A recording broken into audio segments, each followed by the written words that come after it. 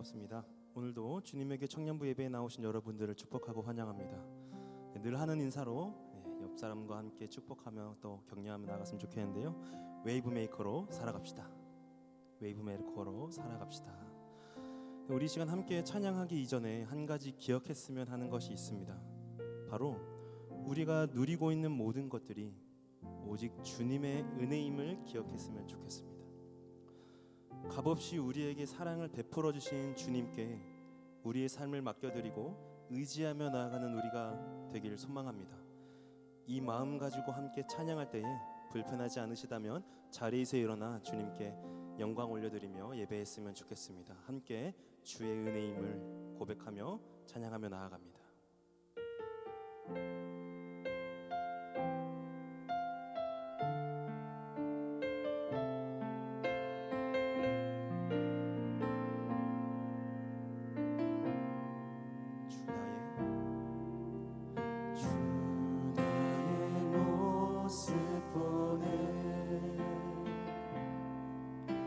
상한 나의 맘 보시네.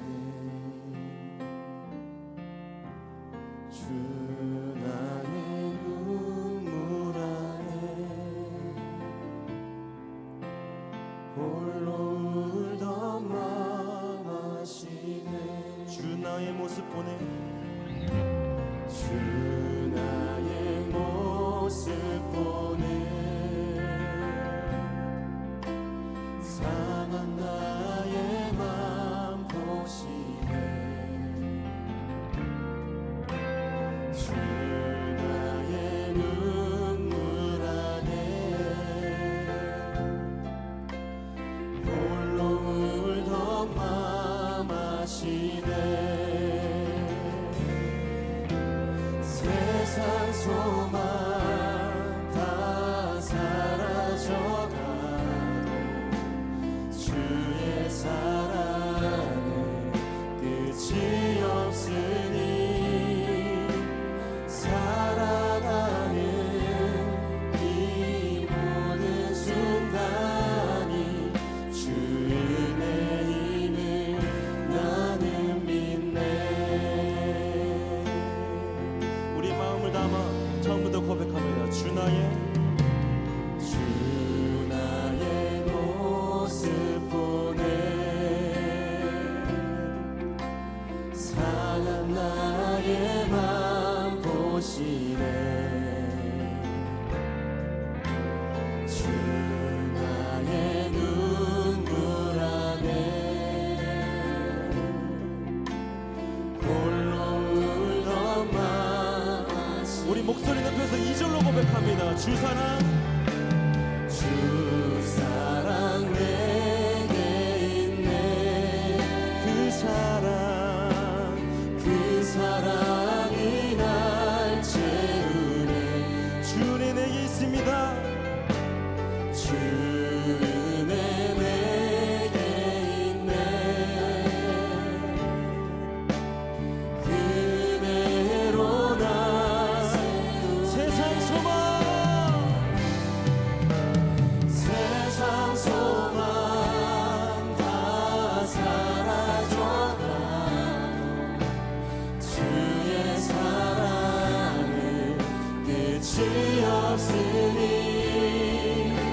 살아가는 이 모든 순간이 주 은혜. 우리 한번 더 선포합니다. 주 은혜임을 세상 소망 다 사라져가도 아멘. 주의 사랑은 끝이 없으니 살아가는 이 모든 순간이 주 은혜임을 나는 믿네. 여러분들의 목소리로 세상 소망 세상 소망 다 사라져가도 주의 사랑은 끝이 없으니 살아가는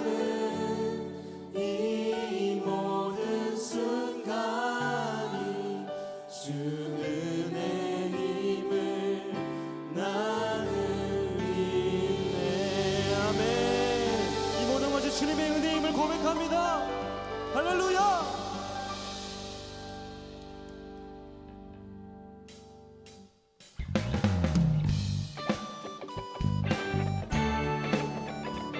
이제 함께 박수 치면서 우리의 귀한 가치를 온전히 주님께 올려드리는 우리 되길 소망합니다.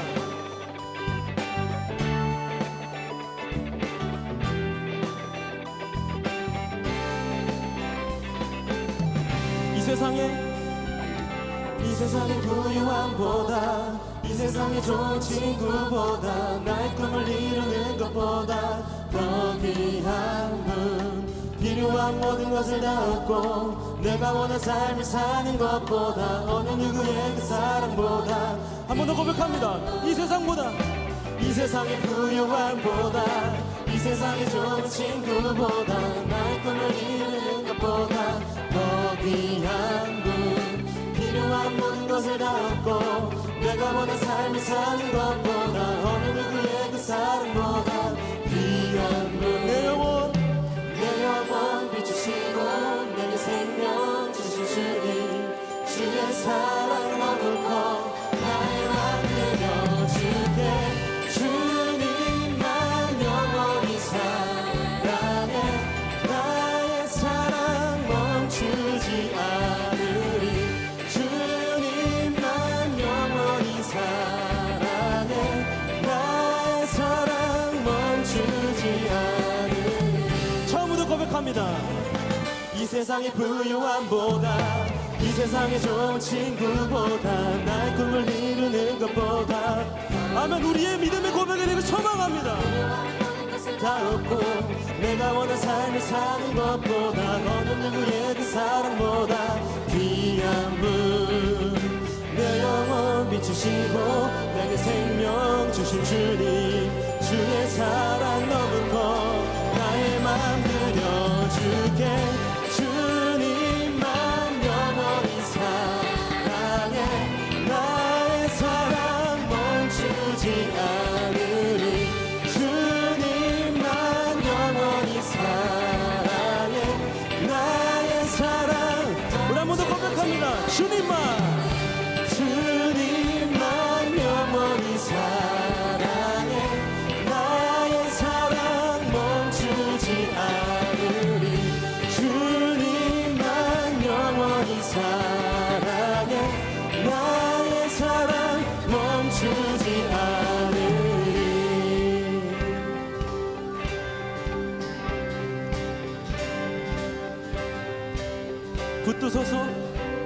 붙드소서 주님 나를 놓지 마소서. 붙드소서 주님 나를 놓지 마소서. 붙드소서 주님 나를 놓지 마소서. 붙들어 주시옵소서. 붙드소서 주님 나를 놓지 마소서.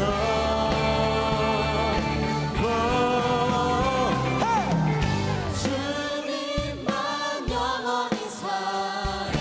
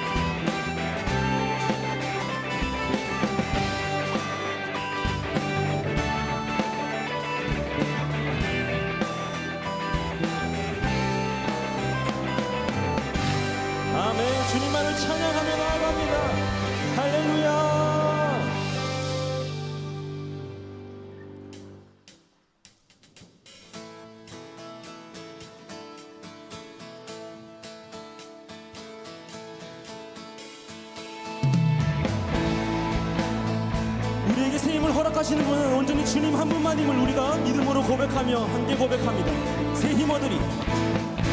새 힘 얻으리. 주를 바랄 때, 주를 바랄 때, 우리 주를 바랄 때. 새 힘 얻으리. 주를 바랄 때, 주를 바랄 때, 우리 주를 바랄 때. 주님 동치하시네. 소망 구원 주시네.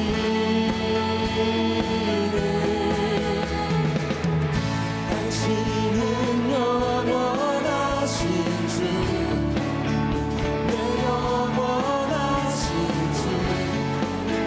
지치지 않으시는 주. 약한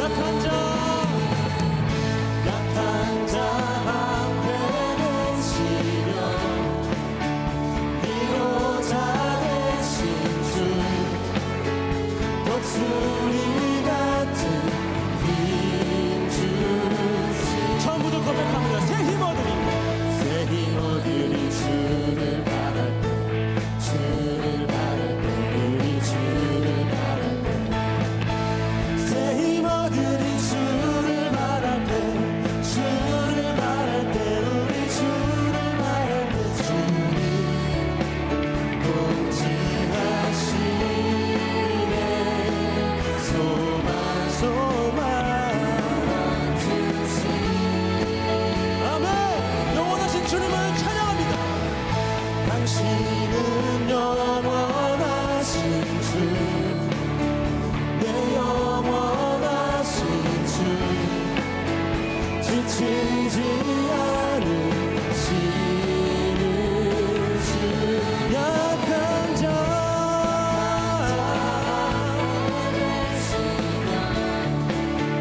위로자 되신 주. 독수리 같은 힘 주신 주님 동치하시네. 소망 구원 주시. 한 번 더 고백합니다. 주님 동치하시네. 소망 구원 주시는.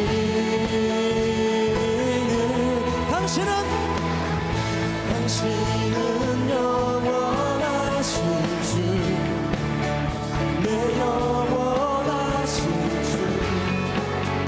지치지 않으시는 주님. 약한 자 앞에 되시며 위로자 되신 주. 독수리 같은 힘 주. 이번 여러분들의 목소리로 당신은 영원하신 주, 내 영원하신 주. 지치지 않으시. 아멘. 약한 자 방패 되시는 주님을 찬양합니다. 약한 자 앞에 되시며 위로자 되신 주.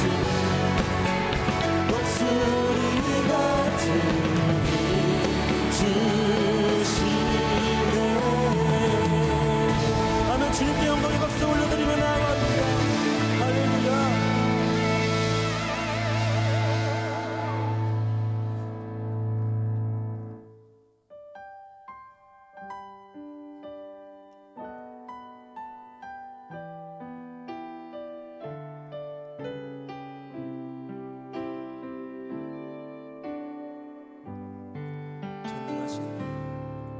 전능하신 우리 하나님,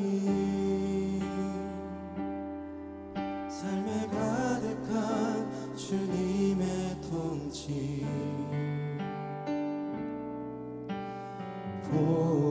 보호하시고 지켜주시네. 복주시고 인도하시네.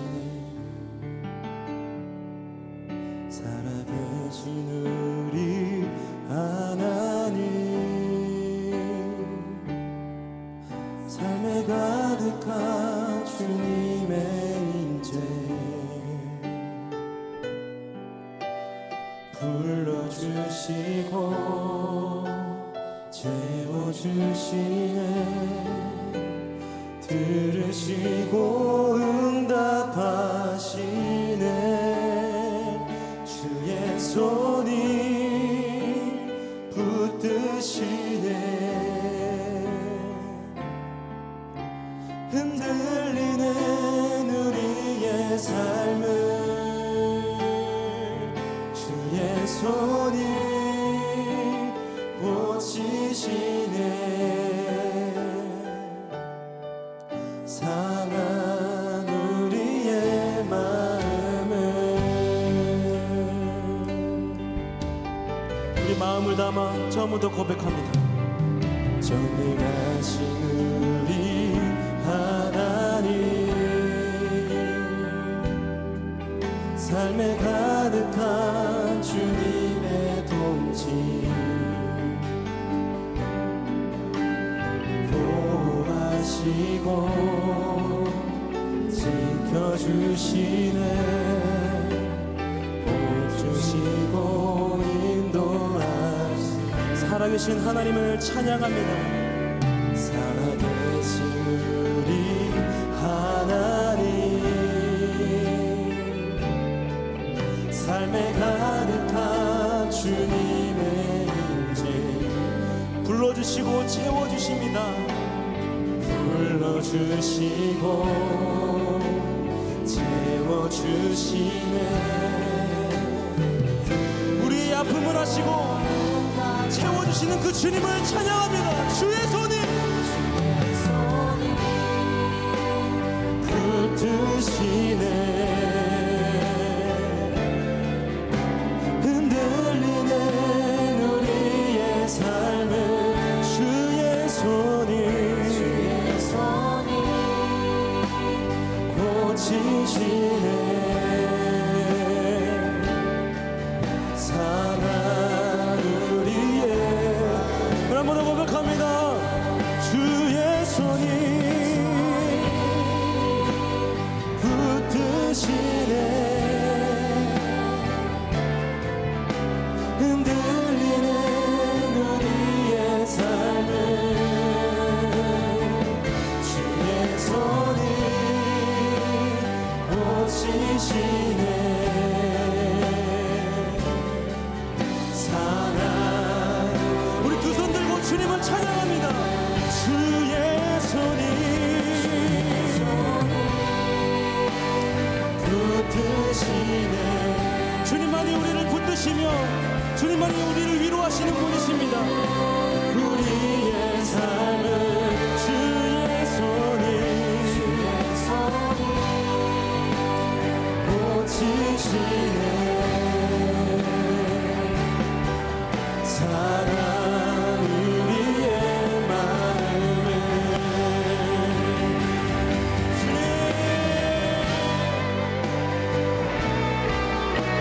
주님만을 의지합니다. 세상 그 어느 것과도 바꿀 수 없는 그 주님만을 우리가 의지하며 살아가기 소망합니다. 주님 우리를 붙들어 주시고 인도하여 주시옵소서.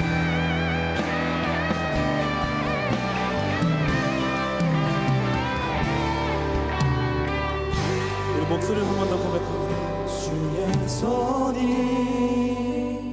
붙드시네.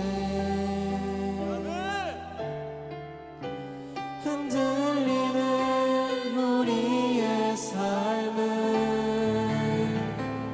주의 손이 고치시네. 상한 우리의 마지막으로 한 번만 더 고백합시다. 주의 손이 주의 손이 붙드시네. 흔들리는 우리의 삶을 주의 손이 고치시네.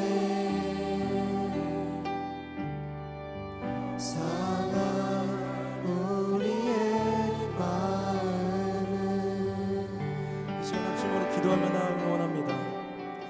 인생을 살아가며 고난과 시련이 찾아올 때에 주님의 크고 놀라운 오른팔이 우리를 붙들어 주실 것을 믿으며 나아가는 우리 되길 소망합니다. 그리고 살아가는 모든 순간이 오직 주님의 은혜임을 기억하는 청년부 공동체 되기를 함께 기도함으로 중보하며 나아갑니다. 이 시간 함께 기도하며 나아갑니다. 주여,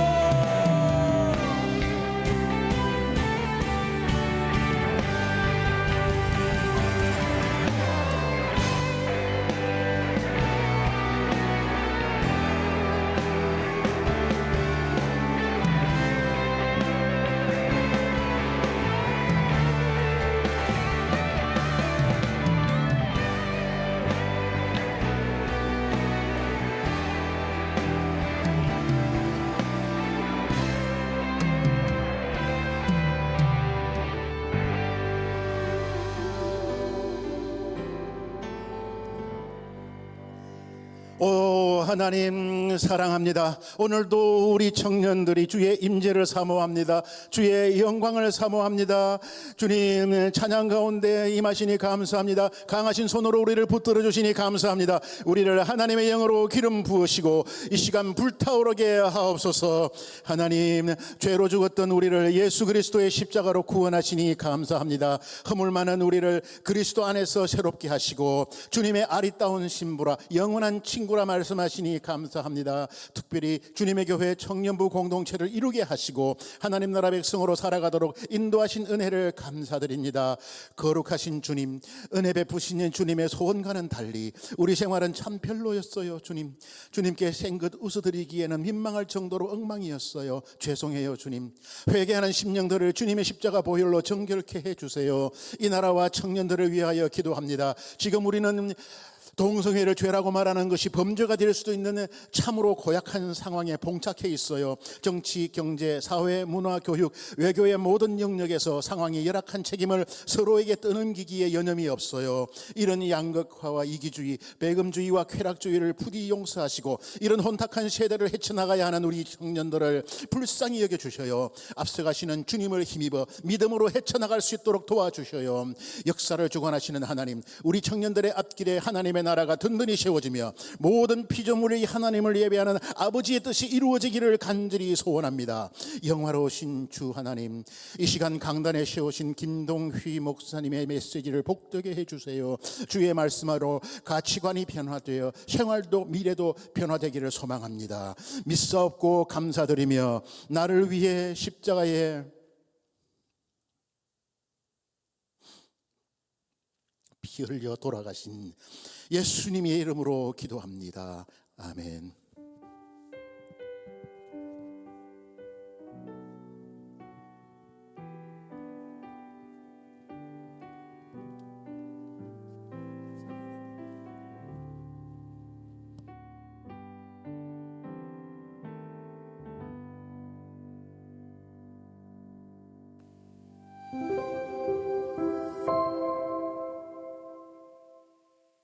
(11월 17일) 광고 안내드립니다. 주님의 교회 청년 예배에 오신 모든 분들을 환영하고 축복합니다. 새가족 등록은 예배 전후 3층 로비 새가족 데스크에서 가능합니다. 청년부 전체 임원회의를 진행합니다.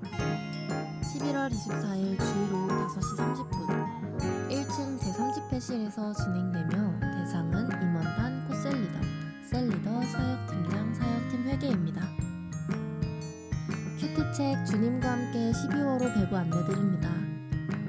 11월 17일 오늘과 24일 주일 청년부 예배 전후 3층 로비에서 배부하며 우편 신청은 김세연 전도사님께 해주세요.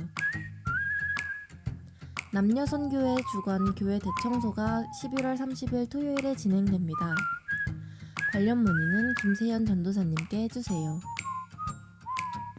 김세연 전도사님께서 청년부 전임교역자로 부임하셨습니다. 보다 더 청년부를 위해 기도하고 힘써주실 전도사님과 가정을 위해 기도해주세요. 여기까지 11월 17일 광고였습니다.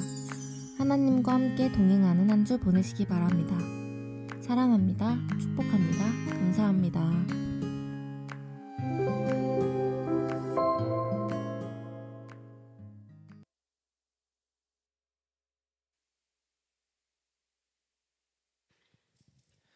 네, 몇 가지 광고사항 전달드리러 올라왔습니다. 먼저는 좀 아쉬운 소식인데요. 오늘이 김동희 교수님의 마지막 설교이십니다. 그래서 오늘 예배 후에 9월 22일부터 오늘까지 귀한 하나님의 말씀을 전해주신 우리 김동희 교수님께 감사하는 마음을 전하는 시간을 잠깐 가지려고 하니까요. 축도 후에 바로 가지 마시고 잠깐 함께 해주시면 감사하겠습니다. 두 번째는 오늘 새로운 자리로 부임하시는 전도사님이 계십니다. 바로 전데요. 제 부임 광고를 제가 하게 될 줄은 몰랐어요. 네, 제가 11월 12일부로 청년부 전임 전도사 사역을 시작하게 되었습니다. 정말 많이 부족한 사람이라 제가 잘 감당할 수 있는 사역의 자리인지는 모르겠지만 상황으로 인도하신 하나님을 믿고 하나님을 사랑함으로 성실과 정직으로 감사와 기쁨으로 열심히 섬기도록 하겠습니다. 세 번째는 광고 오탈자 관련인데요. 오늘부터 배부되는 큐티책은 11월호가 아니고 12월호입니다. 저의 실수를 너그러운 마음으로 양해해 주시면 감사하겠습니다. 그리고 마지막으로 이 다음 순서로 이제 주파수 임원단의 특순이 있습니다. 하나님을 사랑하는 마음으로 그리고 주님의 교회 청년부 공동체를 사랑하는 마음으로 우리 최선을 다해 준비한 걸로 알고 있습니다. 맞죠? 맞대요. 네. 우리 주파수 임원단이 특순으로 하나님께 영광 돌릴 때 우리도 함께 올라와서 준비하세요. 우리도 함께 마음을 모아 찬양하고 하나님께 영광을 돌리는 그런 시간이 되었으면 좋겠습니다. 이상으로 구두 광고를 마치고 주파수 임원단의 특순이 있겠습니다.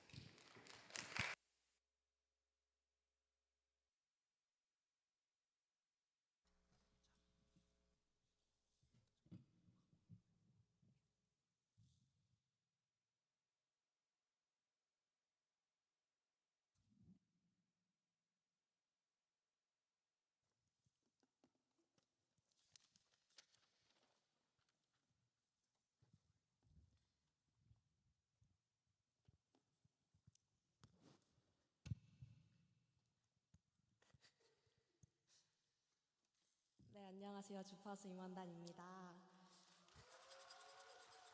네, 저희가 한 해 동안 우리 청년부를 인도해 주신 은혜에 감사하며 찬양을 준비했습니다. 찬양 아시는 분들은 함께 불러주시면 감사하겠습니다. 오직 주만 높임 받으시기를 소망합니다.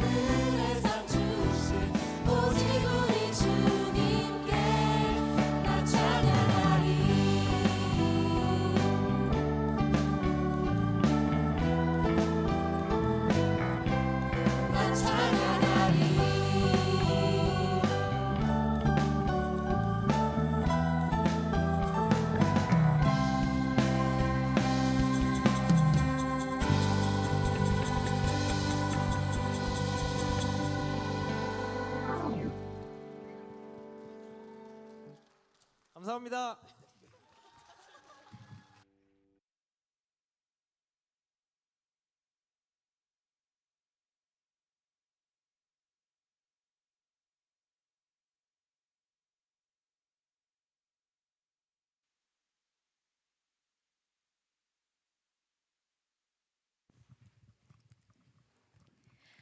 오늘 우리에게 주시는 하나님의 말씀은 구약 느헤미야 1장 1절에서 5절, 11절까지의 말씀입니다.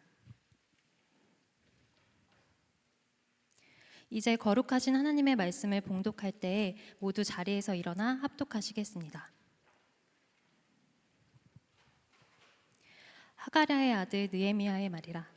아닥사스다 왕 제20년 기슬월에 내가 수상궁에 있는데 내 형제들 가운데 하나인 하나니가 두어 사람과 함께 유다에서 내게 이르렀기로 내가 그 사로잡힘을 면하고 남아있는 유다와 예루살렘 사람들의 형편을 물은즉 그들이 내게 이르되 사로잡힘을 면하고 남아있는 자들이 그 지방 거기에서 큰 환난을 당하고 능욕을 받으며 예루살렘 성은 허물어지고 성문들은 불탔다 하는지라. 내가 이 말을 듣고 앉아서 울고 수일 동안 슬퍼하며 하늘의 하나님 앞에 금식하며 기도하여 이르되 하늘의 하나님 여호와 크고 두려우신 하나님이여 주를 사랑하고 주의 계명을 지키는 자에게 언약을 지키시며 긍휼을 베푸시는 주여 간구하나이다. 구하오니 귀를 기울이사 종의 기도와 주의 이름을 경외하기를 기뻐하는 종들의 기도를 들으시고 오늘 종이 형통하여 이 사람들 앞에서 은혜를 입게 하옵소서 하였나니 그때 내가 왕의 술관원이 되었느니라. 이제 김동희 목사님 나오셔서 속도와 방향이라는 제아의 말씀 전해주실 때 하나님의 말씀을 깊이 경청하시는 시간 되시길 바랍니다.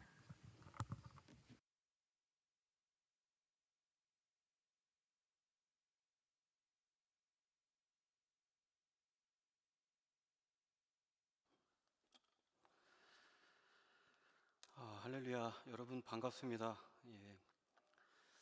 오늘 저는 일단 이 특송의 은혜를 먼저 받았습니다. 물론 시작 찬양도 좋고 모든 순서가 또 성령 하나님 인도하심이 있지만 1년 동안 주파수 임원단이잖아요, 그렇죠? 그러니까 1년 동안 이름도 없이 빛도 없이 이렇게 보이는 자리에서 또 보이지 않는 자리가 더 많았을 겁니다. 또 여러분들을 섬기는 그 자리가 사실 쉬운 일이 아니잖아요, 그렇죠? 저는 마르다와 마리아 본문이 아까 이렇게 특송을 할 때 생각이 났어요. 그러니까 우리는 마리아처럼, 그 이야기는 이렇습니다. 마리아처럼 말씀 듣고 이렇게 뭐 때로는 좀 상대적으로 편한 자리를 원하죠. 신앙생활을 할 때도 그렇습니다. 그것이 뭐 잘못되었다고 말씀드리는 게 아니고 그 본문에서 우리가 놓치기 쉬운, 그 이야기 속에서 놓치기 쉬운 부분은 마르다의 역할이죠. 그러니까 마르다도 얼마나 그 동생 마리아처럼 예수님 그 아주 귀한 말씀을 듣고 싶었겠어요. 근데 누군가는 그 모여있는 사람들을 위해서 음식도 준비해야 되고 또 여러 가지 의전도 해야 되고, 그러니까 그 마르다에게 있어서는 어찌 보면 자기가 희생을 하면서 한 사람이라도 그 예수님 말씀을 듣고 있을 한 사람이라도 더 은혜를 받았으면 좋겠다, 뭐 이런 생각 들지 않았을까라는 생각이 듭니다. 그러니까 지난 1년 동안 수고한 임원단도 그렇고 또 이번에 새로 또 출범하는 새로운 임원단도 여러분들이 적어도 그런 마음으로 그 새로운 임원단을 응원해 주시고 잘할 때는 물론이고 조금 자기 눈에 조금 못 미치더라도 항상 그렇게 헌신하고 수고하는 그런 마음을 귀히 받아 주셨으면 좋겠다는 생각이 들었습니다. 원고에 집중해야 되겠습니다. 예, 오늘은 이 질문을 드리면서 설교를 시작하고자 하는데요. 한번 화면을 보시면요. 화면을 한번 띄워주시죠. 네, 2시간과 20시간 이라는 이 두 가지 중에 여러분은 2시간, 20시간입니다. 한번 둘 중에 하나를 선택하신다면 뭘 선택하시겠습니까? 그러니까 아무런 추가 정보 없이 그냥 딱 직관적으로 여러분 생각했을 때 2시간이다 하면 이렇게, 20시간이다 하면 이렇게 한번 표시를 해주시면 좋을 것 같습니다. 한번 해보시죠. 예, 대부분이 내리셔도 좋습니다. 대부분이 2시간을 선택하신 것 같습니다. 예, 저를 도와주셔서 감사합니다. 이 이야기가 진행되는 데 있어서. 예. 이야기를 하나 드리자면 여러 해 전에 저는 가까운 친구들과 자전거 여행을 떠났는데요. 지금 참 야외 운동하기 좋은 날씨잖아요, 그렇죠? 저는 어제도 이 설교 초안을 마치고 나서 좀 여러 상념들이 들고 좀 저도 인생이 뭐 항상 쉽고 편하기만 하겠습니까? 이제 그걸 좀 날려버리기 위해서 이렇게 반포대교로 해가지고 한 30km 정도 자전거를 타고 왔습니다. 근데 이렇게 뭐 일상에서도 자전거를 타는데도 불구하고 제가 그때의 그 기억, 자전거 여행이 특별히 제게 기억에 남는 특별한 이유가 있습니다. 제게는 첫 번째 장거리 여행이었어요. 1박 2일에 걸쳐 자전거 여행이었습니다.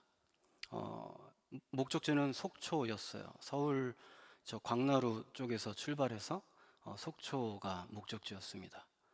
그러니까 광나루에서 출발해서 뭐 양평을 지나서, 그러니까 6번 국도거든요. 6번 국도, 또 44번, 또 46번 국도로 해서 하룻밤은 홍천에서, 해가 져가지고 더 이상 갈 수가 없어서 홍천에서 어느 허름한 모텔에 남자 넷이서 하루 자고, 또 그 다음날 일어나서 미시령 옛길, 지금은 이제 미시령 터널이 있습니다. 근데 그때도 있었지만 뚫린 지 얼마 안 됐지만 미시령 옛길을 무모하게도 그 산을 넘어서 속초를 도착하니 이튿날 점심쯤이었습니다. 그러니까 차로는 요새 2시간이면 서울에서 속초를 갈 수 있습니다. 근데 저는 20시간, 20시간에 걸려서 속초에 당도했습니다. 그래서 여러분께 2시간이냐 20시간이냐 이 질문을 드렸던 겁니다. 저는 친구들 넷이서 이 경험을 통해서 여러 가지 깨달음이 있었습니다. 특히 자동차로 갔다면 놓치기 쉬울 만한 것들을 얻었지 않았나 생각해 봅니다. 아름다운 풍경을 보고 또 그 여정 속에서 다양한 사람들, 남녀노소를 만났습니다. 또 그 순간순간에 정취를 느꼈고, 또 페달을 밟으면서 또 땀을 흘리면서 그동안의 여러 고민과 걱정, 여러 생각들을 떠올리고 정리할 수 있는 그런 시간이었습니다. 특히 미시령 그 정상에서 먹었던 그 수박은 아직도 잊혀지지가 않습니다. 저 일행 중에 여자친구가, 물론 그 여자친구는 차를 타고 뒤에 시원한 수박을 싣고서 정상에서 먼저 우리를 기다리다가 이제 우리가 끙끙대고 이제 정상에 도착했을 때 딱 수박을 내오는데, 그때 그 수박은 제가 잊혀지지가 않습니다. 물론 그 친구가 그 여자친구랑 결혼을 했는지는 잘 모르겠습니다. 어쨌든 저는 이 경험을 통해서 이걸 느꼈습니다. 때로는 속도보다는 방향이 중요할 때가 있겠구나입니다. 그러니까 빠르게 간다면 2시간이면 갈 수 있는 거리를 굳이 고생을 해서, 사서 고생해서 한 20시간이 걸렸는데, 저에게는 오히려 차로 갔을 때는 느끼거나 보지 못했던 것들을 지금 여러 해가 지났지만서도 상당히 인상적으로 제 기억에 남는 추억이 되었다라는 것이죠. 그래서 여러분께 다시 한번 묻겠습니다. 여러분은 2시간과 20시간 가운데 뭘 선택하시겠습니까? 네, 여전히 2시간이 많으신 것 같습니다. 여러분 마음을 들여다보니 뭐 그럴 순 없지만, 그쵸? 무슨 부귀와 영화를 누리겠다고 20시간에 걸쳐서 그렇게 하냐? 2시간이면 에어컨 바람 쐬면서 속초 바다가 코앞인데 말입니다. 어쨌든 웃자고 드린 얘기고요. 제가 이 경험담을 드린 이유는, 오늘 저는 이 속도와 방향이라는 주제를 여러분과 함께 나누고 싶습니다. 특히 오늘 성경 속의 한 주인공을 통해서 우리가 속도 중요하죠. 특히 이 현대 과학의 시대 속에서, 또 바쁘다 바빠 현대 사회에서 속도라는 게 여러분 우리에게는 참 중요하지만 때로는 올바른 방향을 우리가 잊고 사는 게 아닌가. 우리가 성경 속 인물을 통해서 한번 교훈을 얻어봤으면 좋겠습니다. 오늘 본문을 보면 느헤미야라는 사람이 등장합니다. 오늘 본문의 주인공인데요. 이 느헤미야는 페르시아 사람입니다. 그리고 그의 조상들은 이스라엘 사람입니다. 그러니까 느헤미야는 오늘날로 말하자면 이민 3세, 이민 4세 정도 되는 이민자 유대인입니다. 페르시아에 사는. 일제시대를 한번 생각해 보죠. 일제강점기에 우리 조상들 가운데 오늘날 러시아의 사할린 지역으로 강제 이주를 당한 우리의 선조들이 있습니다. 지금은 고려인이라고 불리는 이들은 나중에 카자흐스탄이나 여러 중앙아시아 등지에 그렇게 강제 이주를 당하게 됩니다. 그리고 그곳에서 새로운 터전을 이루고 자녀들을 낳고 거기에 정착하게 되죠. 그들이 기억하는 고국이란 어떤 이미지일까요? 특히 오늘날의 그 고려인들 세대, 지금의 그 세대에게 있어서 이 대한민국은 그들에게 어떤 의미일까요? 그들의 모국은 이미 그들에게 지워진 기억일지도 모르겠습니다. 다시 느헤미야를 한번 생각해 보죠. 이미 그의 조국 이스라엘은 역사에서 사라진 지 140여 년이 지났습니다. 그에게 있어서 이스라엘은 그저 조상들의 나라일 수 있고 자신은 페르시아에서 태어나 자랐기에 본인의 정체성은 페르시아 사람이라고 생각하는 게 더 맞을 것 같습니다. 그러니까 느헤미야는 고국을 잊은 지 이미 오래일 수 있고, 아니 어찌 보면 그의 고국, 모국은 오히려 지금 그가 살고 있는 이 땅 페르시아를 떠올리는 게 더 옳을지도 모르겠습니다. 이런 시대적인 배경 속에서 하나님은 이 느헤미야라는 한 사람을 주목하십니다. 이 페르시아에 거주하는 이스라엘 유대인 말입니다. 그래서 오늘 이 시간 우리는 이 느헤미야의 삶을 좀 더 자세히 들여다볼 필요가 있습니다. 그가 과연 어떤 삶을 살았기에 그의 인생을 통해서 우리가 속도보다 방향이 중요하다고 그런 교훈을 그를 통해 얻을 수 있을까 말입니다. 오늘의 본문을 한번 같이 읽기를 원하는데요. 본문 1절로 4절 말씀을 함께 읽기를 원합니다. 화면을 한번 보여주시면요.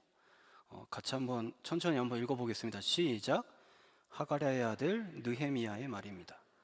아닥사스다 왕 20년 기스르월 내가 수산궁에 있을 때에 내 형제 가운데 하나니가 몇몇 사람들과 함께 유다에서 왔습니다.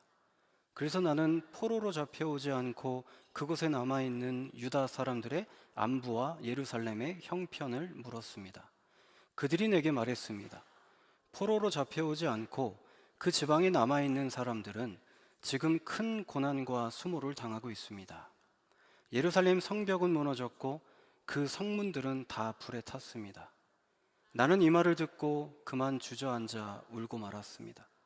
나는 몇 날 며칠 동안 슬픔에 잠긴 채 금식하면서 하늘의 하나님 앞에 기도하며 말했습니다.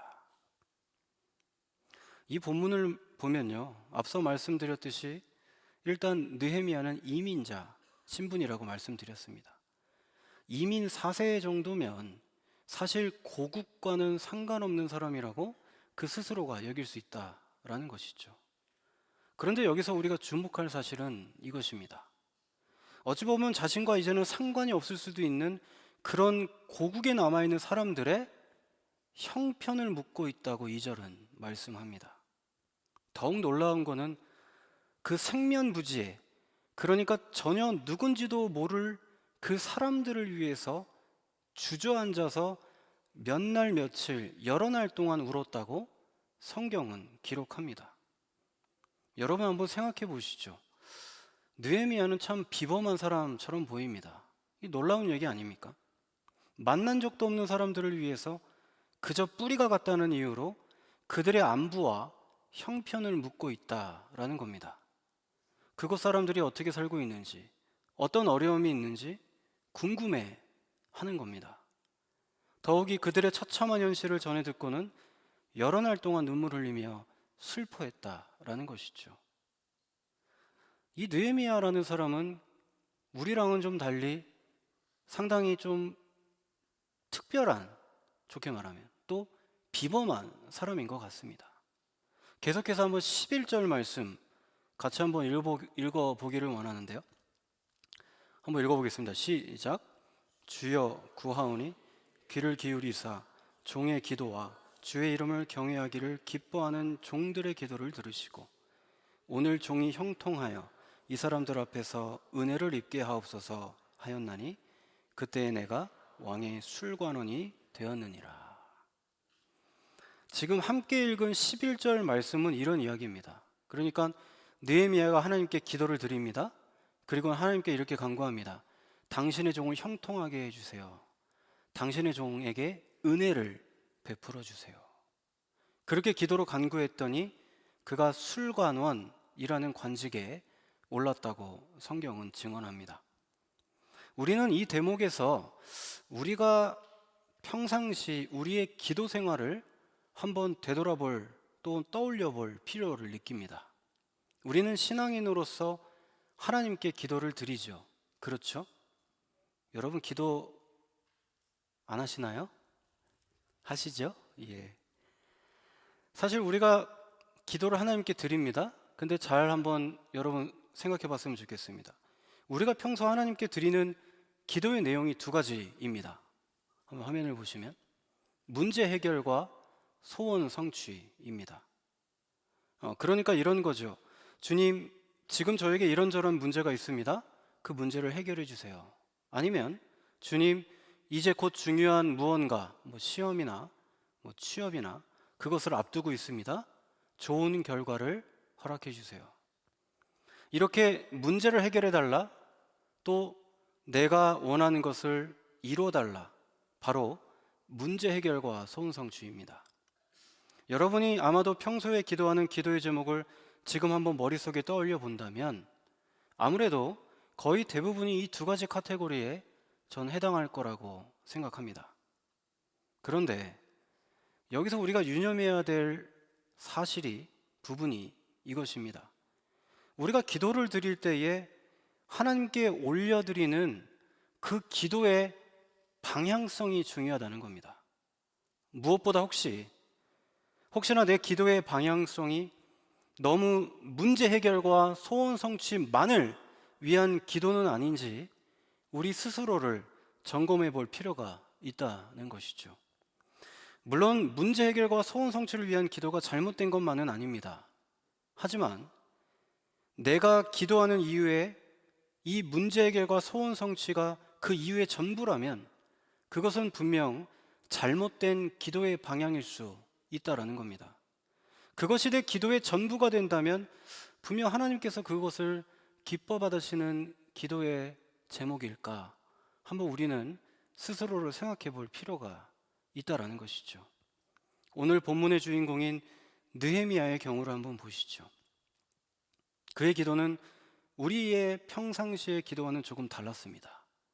이 점을 우리는 기억할 필요가 있습니다. 본문 11절을 다시 한번 보면요. 이번엔 제가 한번 읽어보겠습니다. 한번 눈으로 같이 따라와 주시죠. 오늘 종이 형통하여 이 사람들 앞에서 은혜를 입게 하옵소서. 그렇게 기도했더니 그때 내가 왕의 술관원이 되었느니라. 여기서 느헤미야는 하나님께 기도를 드립니다. 그리고 그 기도의 결과로서 그는 왕의 술관원이 되었다라고 기록합니다. 여기까지는 평상시 우리의 기도와 크게 달라 보이지 않습니다. 무엇이 되게 해주세요 라는 어떤 소원 성취 말입니다. 그런데 좀 더 자세히 살펴보면 그렇지 않다는 사실을 알게 됩니다. 여기서 주목할 차이점은 기도의 방향성입니다. 느헤미야는 술관원이라는 자리에 오르는 것이 그의 기도의 방향성, 기도의 목표가 아니었습니다. 그러니까 그에게 있어서 술관원은 그의 인생에 있어서 최종 목표가 아니었다는 사실입니다. 이것이 중요합니다. 그래서 이제 우리는 이 느헤미야의 기도의 방향성이 어떻게 달랐는지, 우리의 평소 기도 내용과 무엇이 달랐는지를 우리는 살펴볼 필요가 있습니다. 우선 그에 앞서서 우리는 왕의 술관원이 대체 뭘 하는 자리인지 먼저 주목할 필요가 있습니다. 당시 왕들이, 우리 조선시대를 떠올려도 좋고요, 당시 왕들이 가장 두려워하던 상황은 바로 독살당하는 상황입니다. 따라서 평소에 왕의 음식이나 음료를 맡은 사람의 역할은 매우 중요했습니다. 우리는 조선시대의 김이상궁을 머릿속에 떠올리면 쉽게 이해가 되실 겁니다. 그러니 이 술관원이라는 자리는 평소에 왕의 신뢰가 가장 두터운, 그러니까 왕이 가장 가까이 두고 신뢰할 만한 인물이 맡았던 자리였습니다. 그러니까 오늘날로 말하자면 대통령 비서실장과 같은 역할입니다. 아니면 어느 주요 부처의 장관급에 해당한다고 볼 수 있겠습니다. 여러분에게 한번 물어보겠습니다. 이 술관원이라는 자리, 그러니까 오늘날로 말했을 때 이 장관 자리에 오르기가 쉽나요? 어렵나요? 이건 이렇게 말할 수 있겠습니다.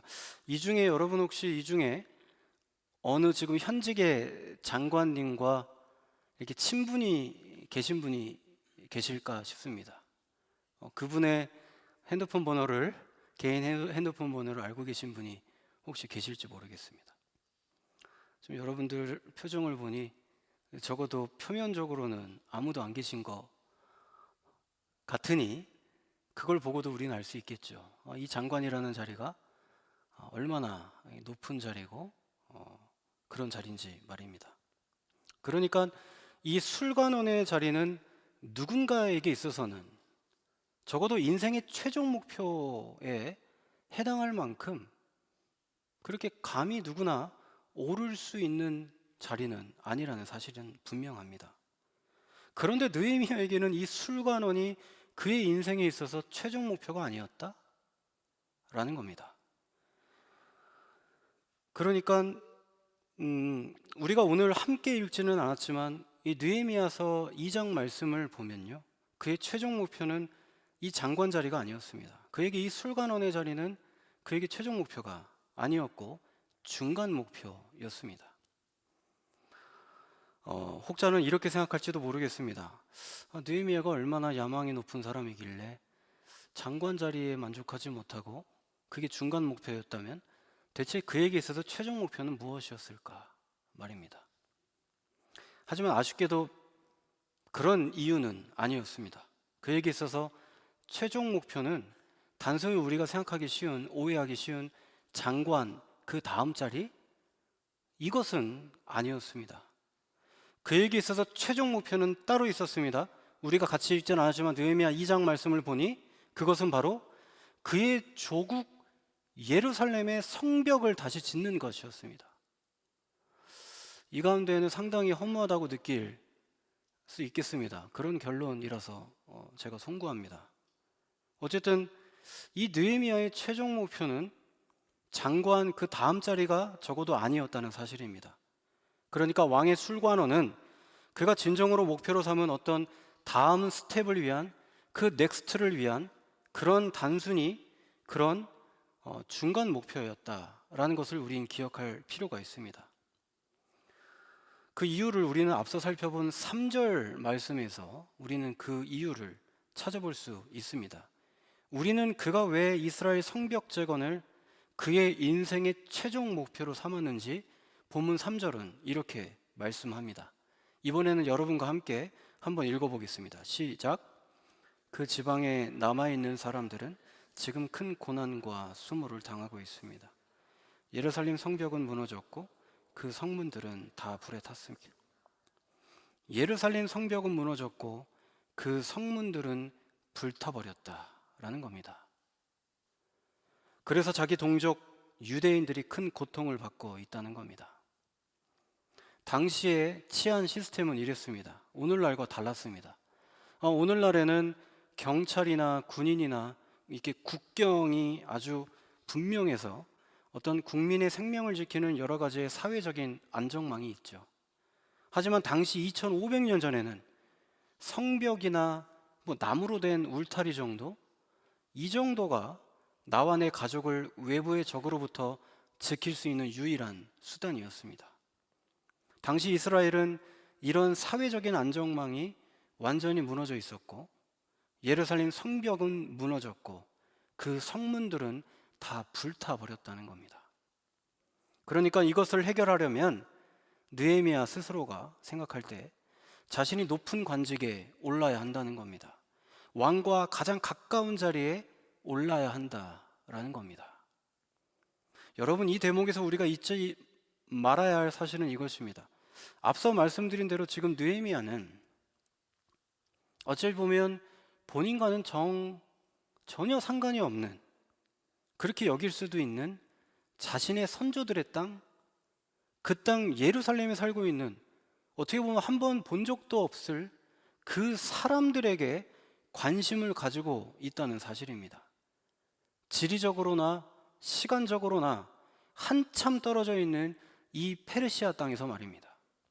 얼굴 한 적 본 적 없는 이 선조들의 땅 예루살렘에 살고 있는 동족들을 위해서 그가 어려서부터 열심히 노력하여 일궈낸 이른바 입심양면의 결과인 이 술관원의 자리가 그에겐 그저 그보다 더 큰 가치를 이루기 위한 중간 목표에 불과했다는 사실입니다.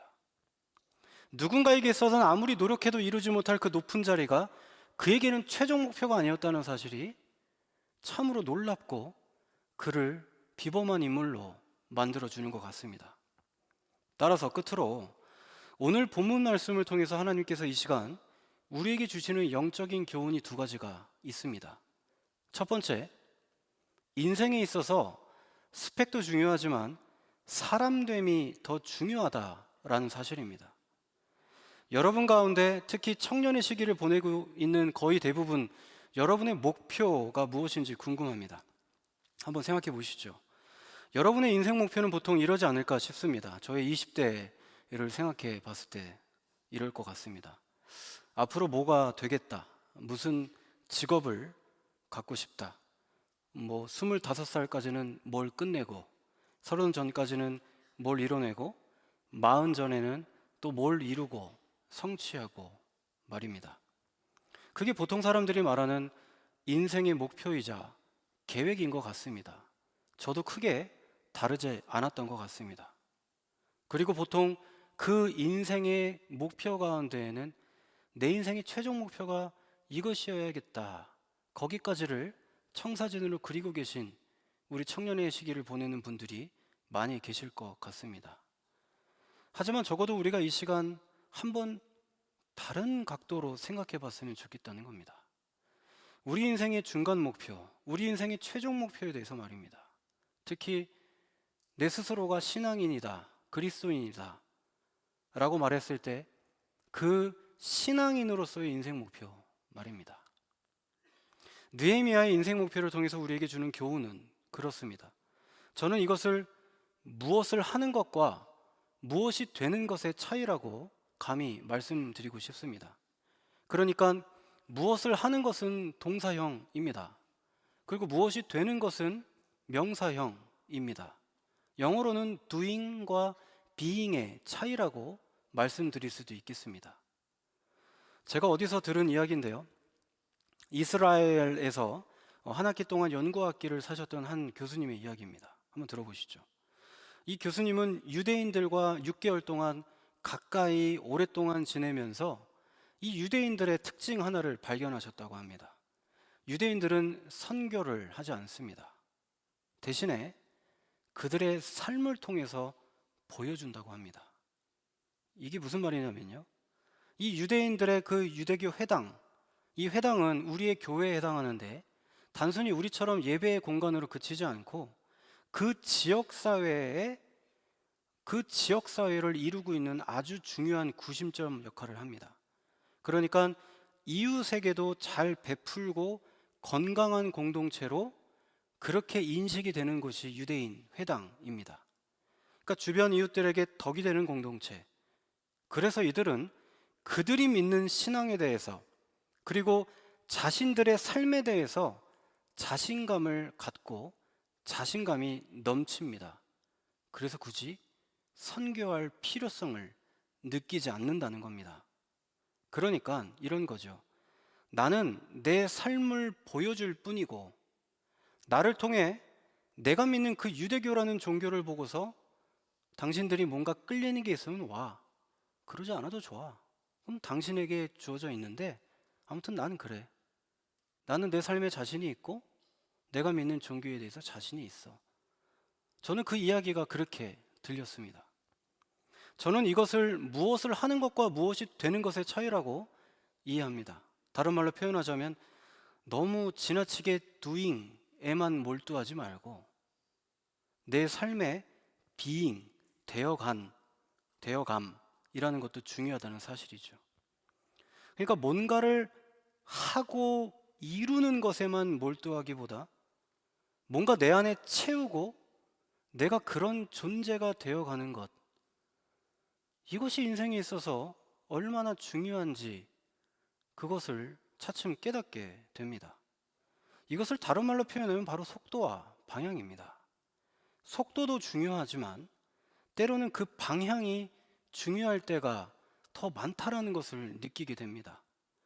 스펙을 쌓는 것 중요합니다. 저도 그랬습니다.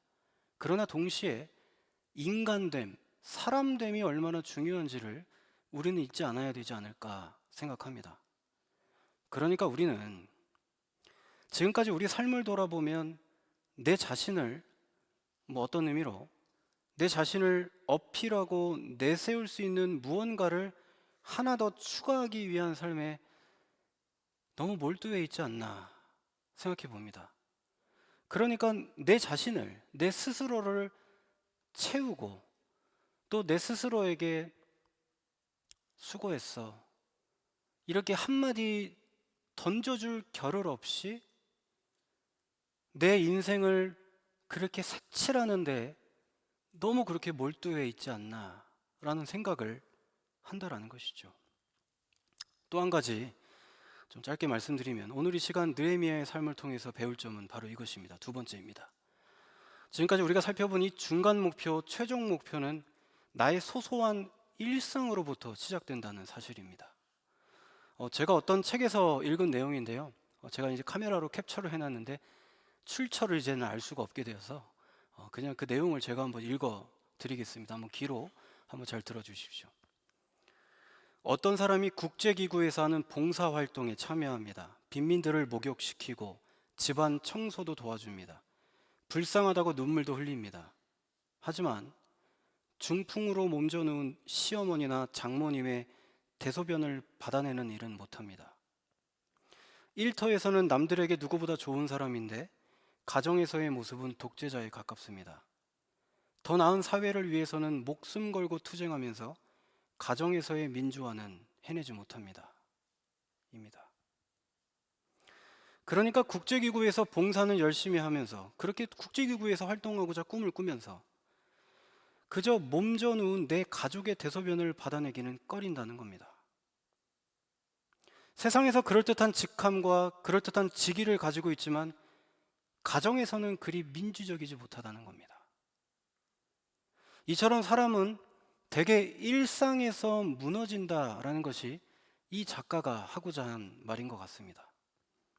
바꿔 말하면 오늘 우리가 함께 나눈 이 중간 목표, 최종 목표라는 것은 알고 보면 내 일상에서부터 출발하고 시작된다라는 사실입니다.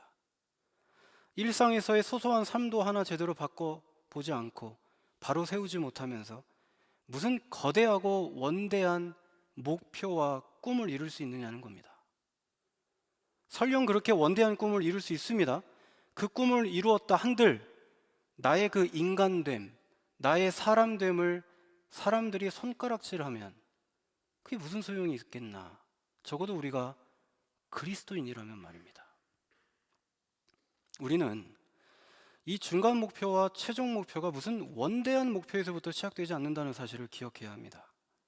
작은 일상에서부터 나의 사람됨, 나의 인간됨을 올바로 하고 내 가족, 내 주변 사람들에게 잘했다 칭찬받는 그런 바로 그 지점으로부터 바로 나의 소소한 일상에서부터 내 인생의 목표가 시작되어야 한다라는 사실입니다. 우리는 이 교훈을 오늘 이 본문 느헤미야의 삶을 통해서 우리는 본받고 생각해 볼 필요가 있다라는 것이죠. 이제 말씀을 정리합니다. 여러분, 오늘의 본문에서 느헤미야는 그저 본인의 이름을 높이고 세상적으로 성공하기만을 위한 그런 인생을 살지 않았습니다. 그가 왕의 술관원 자리에 오른 것은 그의 최종 목표가 아니었습니다. 그저 최종 목표를 위한 중간 목표였을 따름입니다. 그렇다면 그가 더 어떤 야망이 커서 그에게 있어서 그 장관 자리에 해당하는 그 자리가 중간 목표였나요? 아니라고 말씀드렸습니다. 그의 인생에 있어서 더 큰 가치를 실현하기 위해서 하나님께서 원하시는 그 일을 해내기 위한 그에게 있어서는 그것이 중간 목표였습니다. 우리는 이 사실을 깊이 유념할 필요가 있습니다. 여러분, 오늘의 본문을 통해서 우리는 무엇을 깨달을 수 있겠습니까? 하나님 앞에 우리는 어떤 결단을 내릴 수 있겠습니까? 우리의 최종 목표는 하나님 나라와 그분의 의를 구하는 삶입니다. 좀 어렵죠. 보다 쉽게 말하면 제가 이해하는 그 하나님 나라와 그분의 의는 이렇습니다.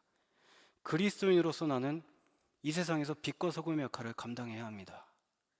세상을 보다 맑고 깨끗하게 정화시킬 수 있는 그런 모퉁이 돌의 역할을 하도록 노력해야 합니다. 따라서 성경은 그 하나님 나라와 그분의 의를 이렇게 저는 이해합니다. 요한일서 말씀인데요. 제가 한번 읽어보겠습니다. 이 세상도 그 정욕도 지나가되 오직 하나님의 뜻을 행하는 자는 영원히 거하느니라. 이 세상도 그 정욕도 지나가되 오직 하나님의 뜻을 행하는 자는 영원히 거하느니라. 이것이 나의 최종 목표가 되어야 합니다. 이것이 바로 속도보다 방향이 중요하다는 그 핵심을 관통하는 말씀과 다름없습니다. 여러분, 속도보다 때로는 중요한 것이 올바른 방향입니다. 이 사실을 기억하면서 저의 여러분 모두가 이번 한 주를 살아갈 수 있는 힘을 우리 성령 하나님께서 주시기를 소망합니다. 함께 기도하겠습니다.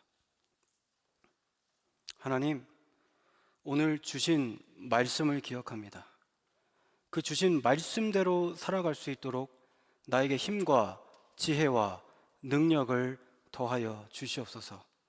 무엇보다 주님, 이번 한 주간도 내 구체적인 일상 속에서 하나님 나라와 그 의를 위해 어떻게 실천하면서 살아갈 수 있을지 그렇게 고민할 수 있는 우리 모두가 될 수 있도록 성령 하나님 지켜 보호하여 주시옵소서.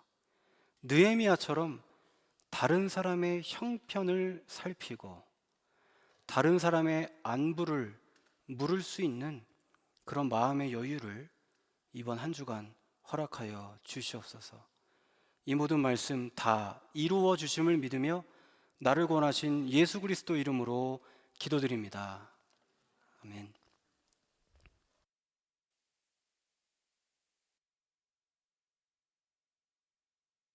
우리 주신 말씀 기억하며 찬양과 기도로 결단하며 나아갑시다.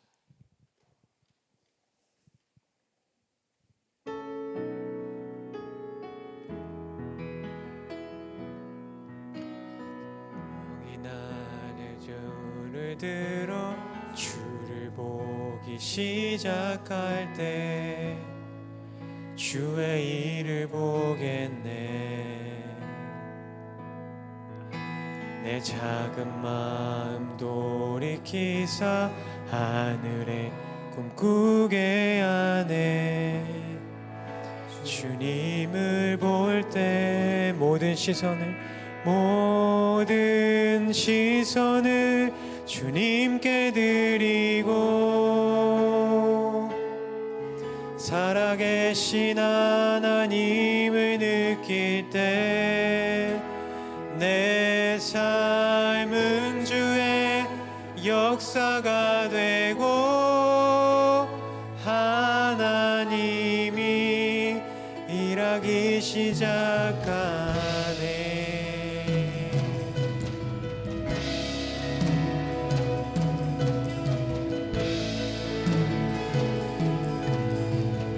우리 2절의 가사로 처음부터 찬양합시다. 성령이 나를 변화시켜 모든 두려움 사라질 때 주의 일을 보겠네. 황폐한 땅 한가운데서 주님 마음 알게 되리. 주님을 볼 때 모든 시선을 주님께 드리고 살아계신 하나님을 느낄 때 내 삶은 주의 역사가 되고 하나님이 일하기 시작한 모든 시선을 주님께 드리고 전능하신 하나님을 느낄 때 세상은 주의 나라가 되고 하나님이 일하기 우리 다시 한번 고백합시다. 모든 시선을 주님께 드리고 살아계신 하나님을 느낄 때 내 삶은 주의 역사가 되고 하나님이 일하기 시작하네. 모든 시선을 주님께 드리고 전능하신 님을 느낄 때 내 상은 주의 나라가 되고 하나님이 일하기 시작하네. 우리의 시간 함께 한 가지의 기도 제목으로 기도하며 나아갔으면 좋겠습니다. 주님 주신 우리의 삶의 목표가 나를 위한 것, 나에 의한 것이 되지 않게 하여 주시옵소서.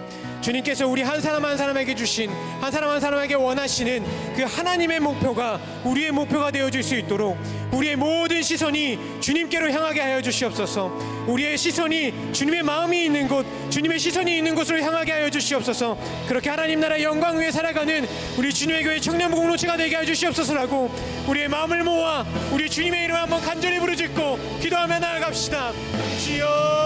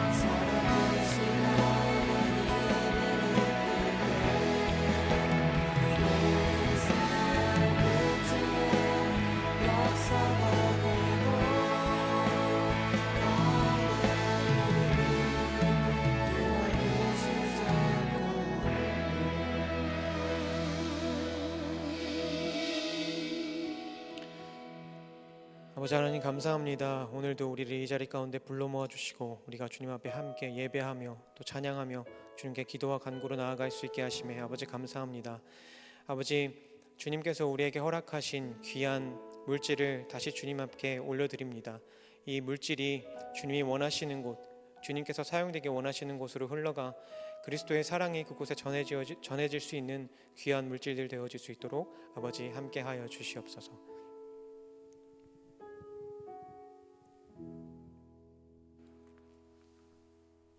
이제는 우리 구주 예수 그리스도의 은혜와 아버지 하나님의 그 놀라우신 사랑과 성령 하나님의 역사하심의 그 교통하심이 오늘 말씀을 듣고 그 말씀대로 살아가기를 다짐하는 여기 모인 우리 모든 사람들의 머리 위에 이제로부터 영원토록 함께 하시기를 축원하옵나이다. 아멘.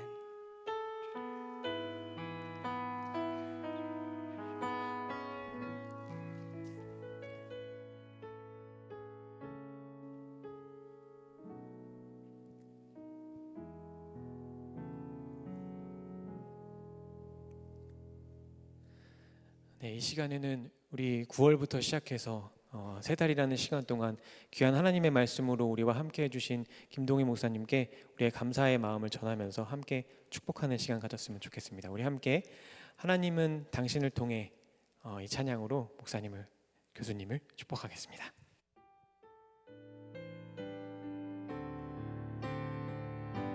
하나님께서 목사님 통해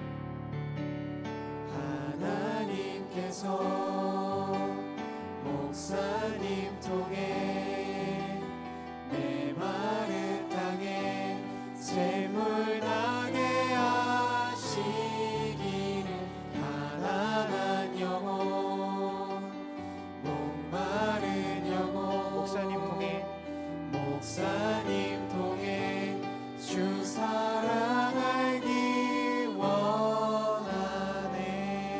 다시 한번 우리 큰 박수로 우리의 감사의 마음을 전합시다. 목사님 감사합니다. 네, 예배를 마쳤습니다. 하나님께서 채워주시는 새 힘으로 한 주간 또 살아가는 모두가 되시길 바라겠습니다.